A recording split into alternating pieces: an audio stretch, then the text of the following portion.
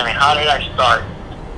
When I was 4, okay, my mother is from Poland. My father is from Iran. And I have a Iranian name.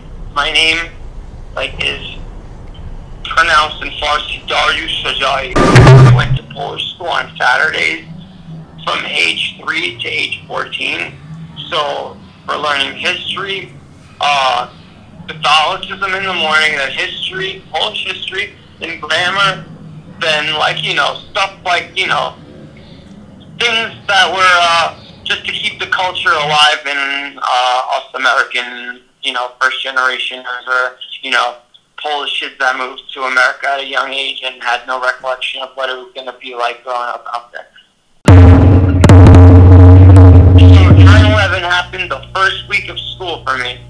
And the backlash I received, I never thought I would, I didn't think that was conceivable, because of my name. I'm not Muslim, my family is Muslim.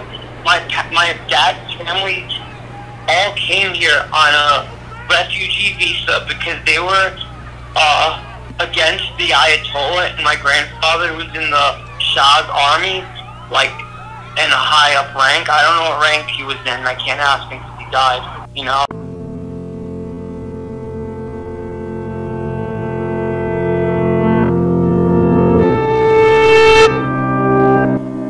Because my father, helps me out here and there, especially when it gets really cold, he'll lend me a few bucks, maybe get a motel room, maybe whatever, you know what I mean? But the point is, you still there?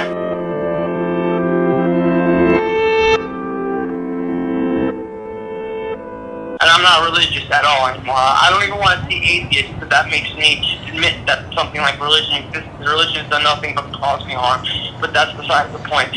So the first week of school after 9/11, I remember it was a tragedy. It was it blew my mind. I was like, is this what junior high school's gonna be like? What the fuck is high school gonna be like? My first week of junior high and the fucking World Trade Center is blowing up. God damn, this world's fucking nuts. So, the next day after that happened, guess what happened? I'm walking out of school, to go to the school bus, which is 20 feet from the entrance. And a bunch of kids, a bunch of black kids show up and start beating me, and one of them takes a bat and starts hitting me over the left knee with it, he got arrested. He was 11. He got arrested and, got sent to, juvenile prison or whatever the fuck. He beat me so bad I had to be in a wheelchair for a couple of weeks. He didn't break my, he just fucked my knee up. And I used to skateboard for years, and I didn't stop skating after that, but my leg hurt. And I started, and then I had this issue with being self-conscious about my name.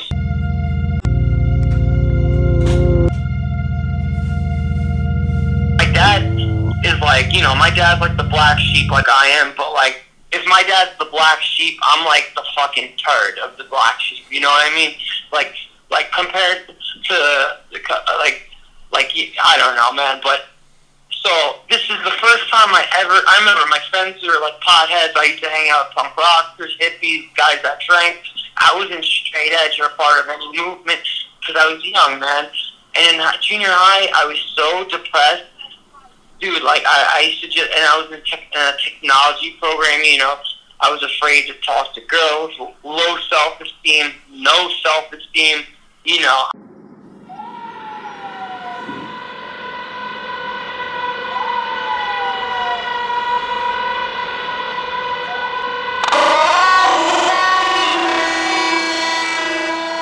yeah, man, I was doing good. I had aspirations. I always had a little bit of depression because my mom was the type of woman that if I came home with a 99 on the test, she'd say, why didn't you get 100? And I'd be like, because I got one wrong. Then she'd beat my ass, put me in my room, and make me study what I got wrong and learn it back and forth and have to recite it back to her, retake the test, and if I didn't get 100, that's some psychological fucking abuse to try to raise a robot superhuman, you know what I mean? Yeah.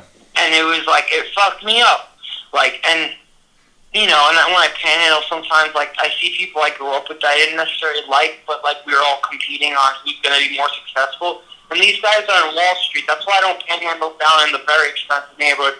a lot of guys I used to go to class with, be in study groups with, do assignments with, they're all in their late 20s making six figures, like 100,000 or more, wearing fucking $1,000 suits, and then they see me on the corner and they don't even acknowledge that they know me. But the ones that do will give me like $100, $200, whatever. Like, talk to me. Sometimes they'll cry, be like, "What the fuck happened to you, man? You were a good dude." Like, and I'm like, "Dude, don't worry. Like, it's just for now." Like, you know, the girl that fucked my life up, in my opinion, I'm looking at her right now, and she's in Starbucks, and, you know, I forgive, man. The last few nights, I gave her a place to crash because she had nowhere to go, and I figured it out. And she ended up, like, hitting me. She cut my headphones I listen to music with. I woke up, she cut them up, so I had no headphones, so I had to go into Best Buy and steal a pair this morning. Like, I can't be taking risks like that, dude. I'm on the run anyway. I'm on the lam, dude. The cop runs my name. I'm going to fucking prison, you know? And I have to take a chance to steal a $10 pair of fucking headphones because I don't have money because this bitch felt some kind of way, so she cut my headphones up. That is some sadomasochist shit, right?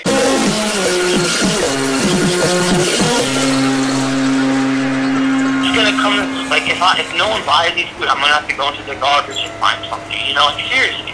Like, this shit is no joke, dude. I've eaten out of garbage more times than I can remember. I, even to this day, go through the garbage and eat out of it. Because it's like, I hope that I don't get sick. I usually don't. I'm trying to, like, I don't know, man. Like, you know, I'm a little older than you, but mentally I'm not really that much older than you.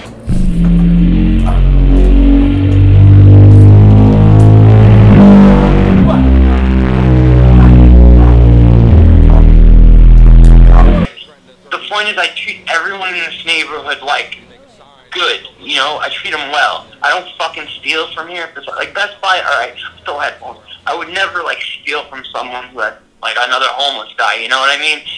When I make a lot of money panhandling, I give money out to other homeless people. Not a lot, like, obviously, but just to keep the good karma going, just to keep the fucking ball rolling. Like, if I make 100, my rule is to give out 20. So I go, I break it, so I have 4 20s for me. The other 20, I get 4 5s, and I just hand out 4 5s to 4 different really desperate-looking young people that I feel I want to help. Yeah. It's not a racist thing. It's not, you know, usually it's female. No, females make a lot. It's usually someone I know, like, personally, because I know a lot of homeless people. I know more homeless people than non-homeless people, you know what I mean? All around you. And you wouldn't know they're homeless because a lot of them stay in shelters, and the shelter is just like, I guess it's like jail, just overnight, but they have lockers, they can hold their stuff. Like me, like, even though I have a place I could kind of crash, I'm still, like, living out of my book bag. At any second, I'm ready to bounce, you know what I mean? I call it urban survivalism, because, like, my friends, like, the nickname is Road Dog, like, someone you, like, live out in the street with and take care of each other. Like, it's not like a gay relationship, but it's like, it means, like, 2 men, like, helping each other out, you know what I mean? Yeah. Like, my Road Dog, he just texted me now. I'm gonna get to him in a second when I'm done with this phone call, you know? But, yeah. you know, it sucks because he's exactly my ex's age. He's 34 years old, you know, and he's an immigrant from Russia, from Ukraine, so he speaks 3 languages. He's working on his 4th also. Very educated. Can you hear me? Yeah. Alright, hold on. I had a headphone in. 1 moment, please. Alright, I'm just smoking a cigarette outside.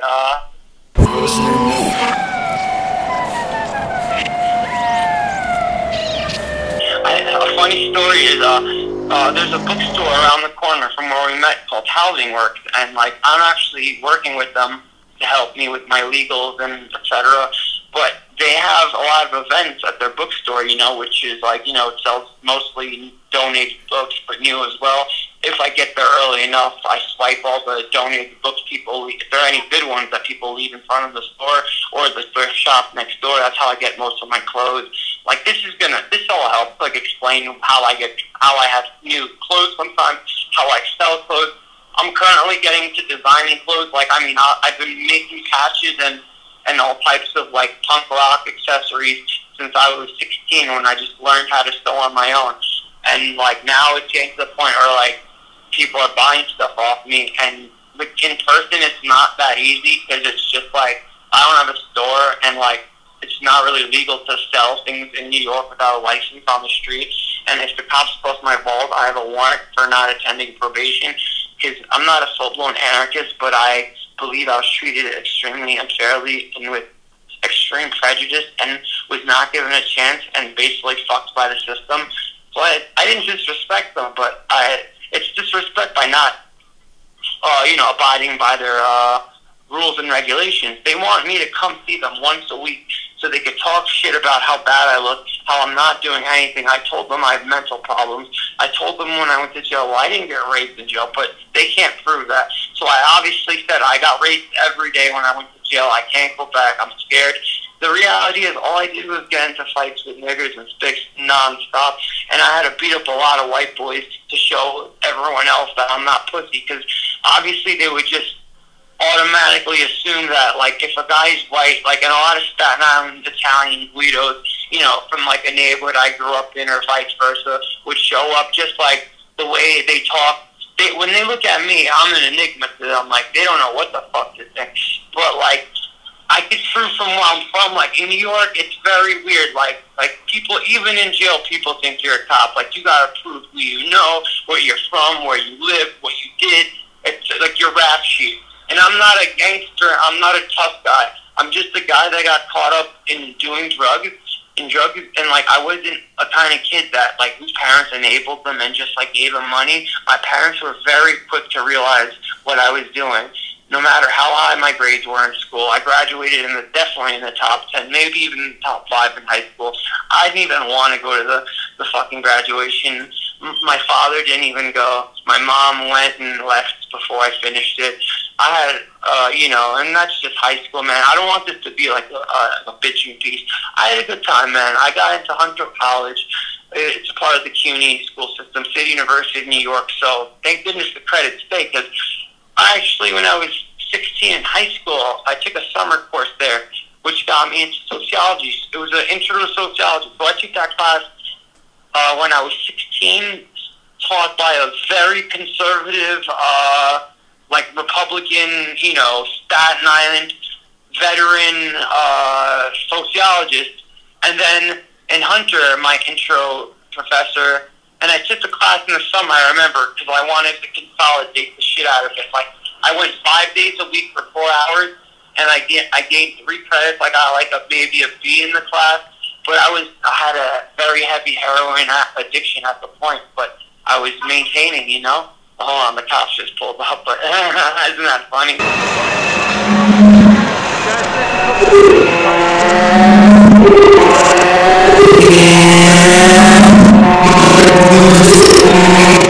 A lot of the things I did that got me in trouble were for love, in quotes, because, like, this girl doesn't see it as love. I see it as pretty chivalrous. New York has one of the worst self-defense laws in the world, because if a guy comes up to you and beats the shit out of you, if you raise a hand to protect yourself, you and him are both going to jail for the same charge.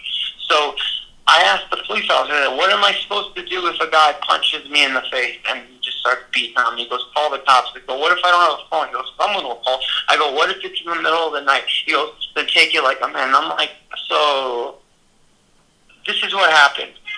My ex was calling me, or whatever, we were together at the time, she's like me, she's a chick, I met her in a psych hospital, and I tried to commit suicide at 23 in 2013.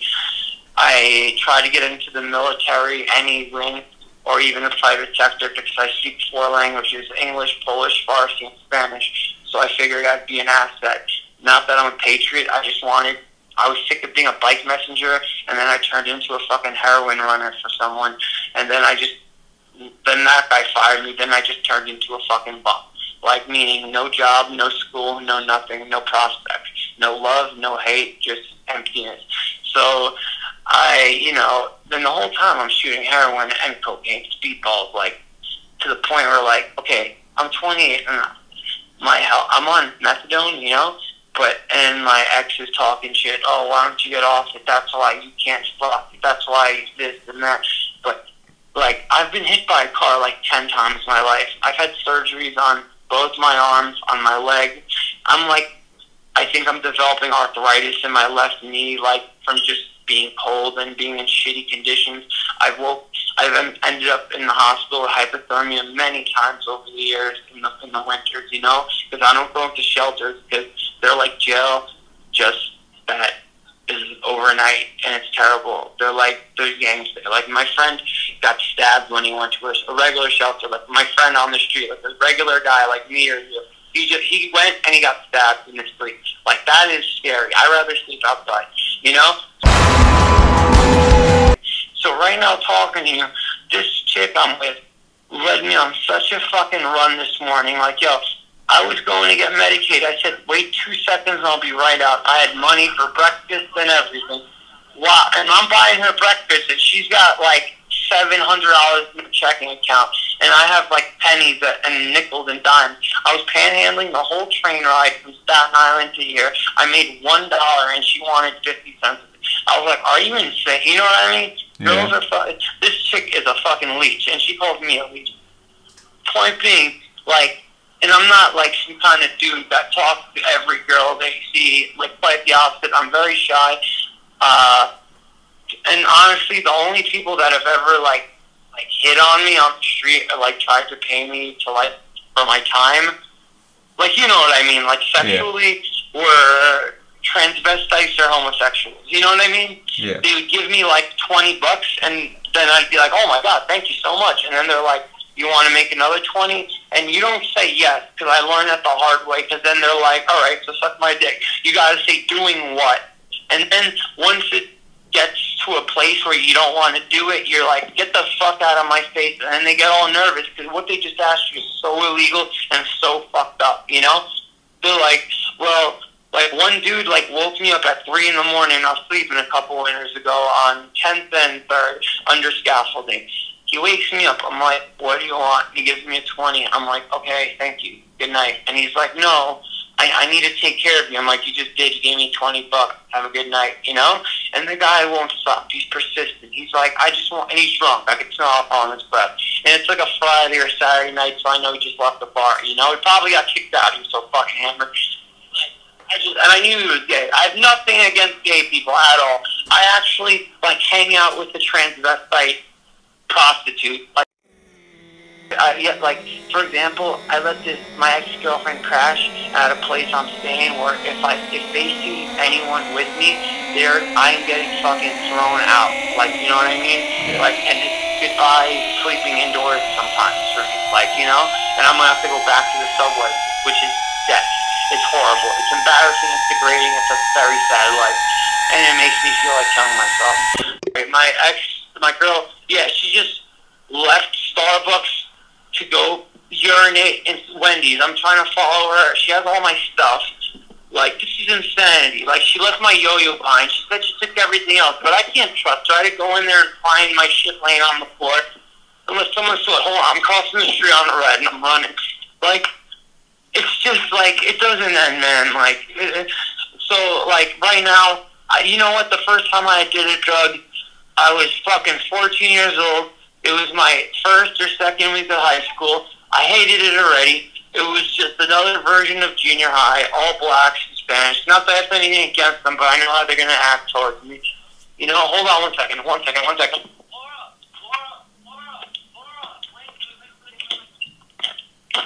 moment.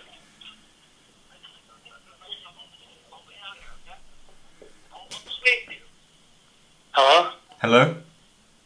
Yeah, sorry, I had to just grab my stuff from her. Let me just go through it and make sure she took my charger. If she didn't, like, she left me in a fucked situation, you understand? Yeah. Oh my god. Hold on. Oh my god.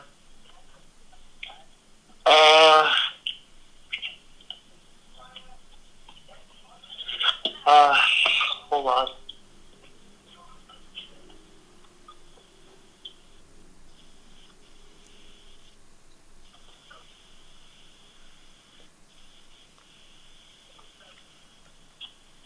Hey, can you call call me back, or can I email you in a little bit to call me back? Because I'm dealing with a little bit of an emergency right now, dude. Yeah, that's fine.